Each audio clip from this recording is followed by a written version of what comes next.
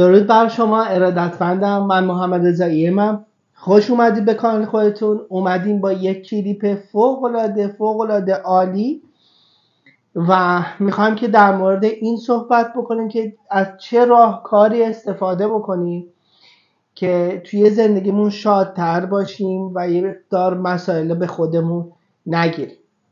ممنون میشم که منو تا انتهای ویدیو همراهی بکنید. ارادتمندم. خوش اومدید به یک کلیپ فوق‌العاده و یک موضوع فوق‌العاده عالی. میخوام امشب در مورد یه موضوعی صحبت بکنم، اونم این هستش که ما چه کاری انجام بدیم که توی زندگیمون در مورد یه سری از مسائلی که برامون پیش میاد، یه سری از اتفاقات خیلی راحت‌تر بتونیم باش مقابله بکنیم. یه راهکار ساده میخوام بهتون بگم و اون راهکار ساده اینه که از بچه ها یاد بگیرید. چرا؟ چون بچه ها بی دلیل میخندن، سر کوچکترین موضوعی میخندن، سر کوچکترین موضوعی شادن، مسئله زیاد به دل نمیگیرن، سریع ازش رد میشن. مشکل ما آدم ها، مشکل ما بزرگ ها اینه که ما فکر میکنیم که همه چیز میدونیم، فکر میکنیم همه چیزا اطلاع داریم، در صورتی که هیچ چیزی اطلاع نداریم. در صورتی که با اینکه ادعای بزرگی میکنیم ولی از بچه ها خیلی کمتر میدونیم، خیلی کمتر. ازتون میخوام از امشب سعی بکنیم رفتار بچه ها رو دقت بکنیم.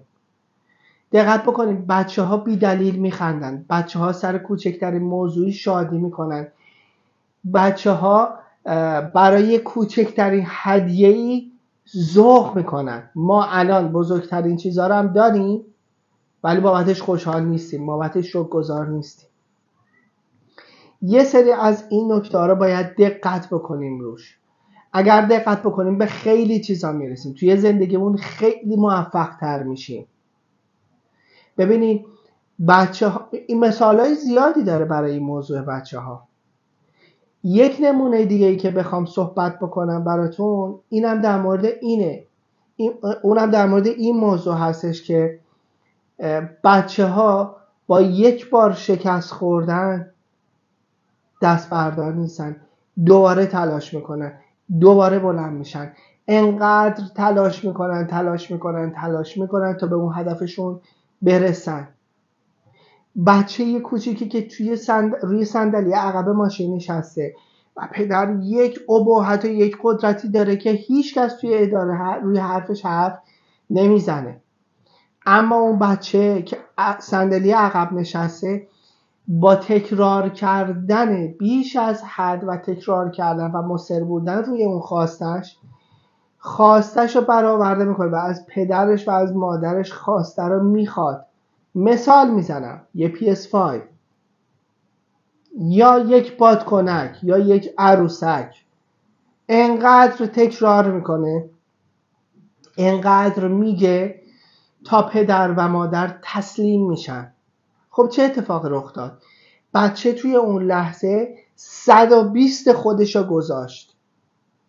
یک خواسته داشت، برای یک خواستش بیش از چندین بار تکرار کرد تا بهش رسید.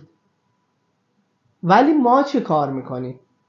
ماها 10 تا خواسته میخوایم، برای هیچ کدومش هم پتانسیل نمیذاریم و تکرار کردنمونم 5 بار تکرار میکنیم، خیلی بار 5 بار تکرار میکنیم. خب نمیشه دیگه، نشد دیگه. نه، انقدر بگو، انقدر بنویس، انقدر تکرار کن، انقدر بگو تا بهش برسی. با 1 بار، 2 بار، 5 بار، 10 بار دست بردار نشو. تکرار کن. این هم یک نکته کلیدی در مورد بچه ها و کودکان. یاد بگیریم ازشون. بچه ها با کوچکترین چیزی شادی میکنن. بچه ها تو لحظه حال زندگی میکنن. بچه ها غرق در شادی هن. ماها نه، ما فراموش کردیم، ما کودک درونمون رو فراموش کردیم.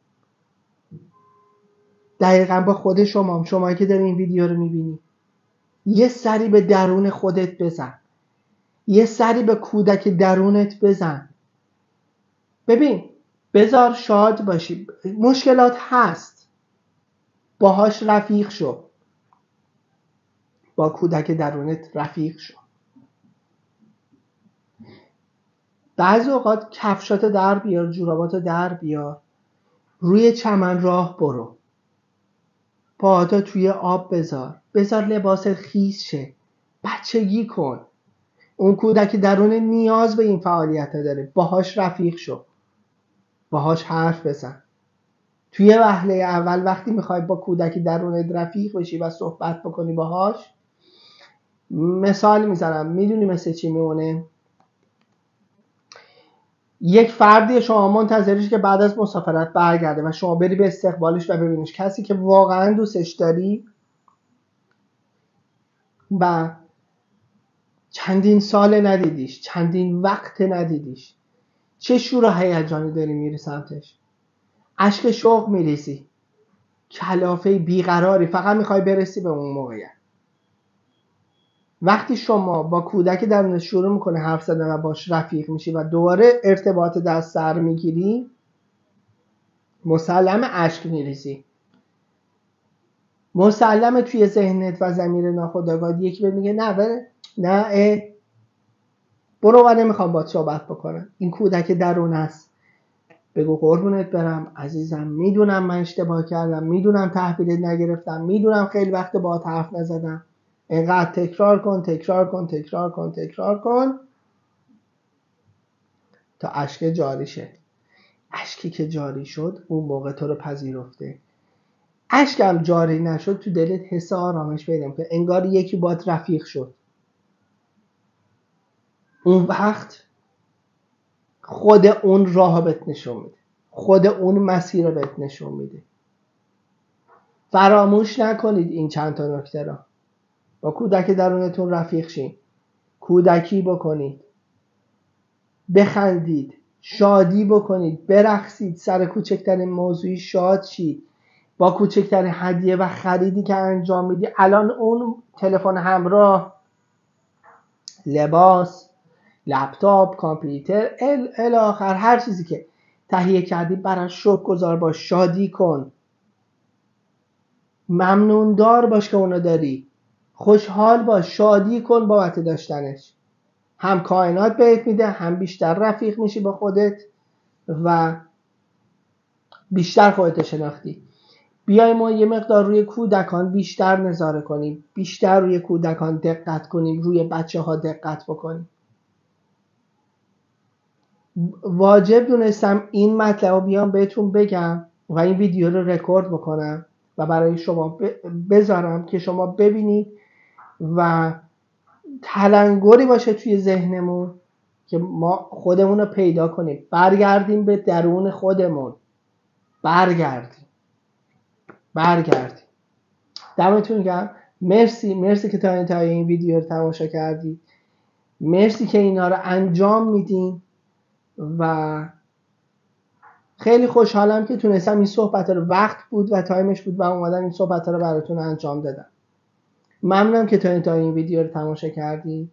امیدوارم که این ویدیو براتون مفید بوده و ممنون میشم که منو حمایت بکنید. ممنون میشم که کانال خودتون رو سابسکرایب کنید، لایک بکنید و کامنت بذارید. کامنتاتون رو به انگلیسی برام بذارید، من تمام کامنت ها رو میبینم و پاسخ میدم. ممنونم ازتون و اینا بدونید که هیچ انرژی توی کائنات بی جواب نمیمونه و توی این کانالی که هست ما در مورد دبی صحبت میکنیم، در مورد انرژی مثبت، حس حال خوب و در مورد این چیزها صحبت میکنیم. این کانال حمایت بکنید، برای دوستانتون بفرستید ویدیوها را و کانال معرفی بکنید بهشون و بذارید که اونام در کنار شما این حس حال خوب بگیرن و اون انرژی داشته باشن و انرژیشون چندین برابر شه و منم از شما انرژی میگیرم. مرسی بابت همه چی. تا کلیپ های بعدی، خدا نگهدار. ارادتمند شما.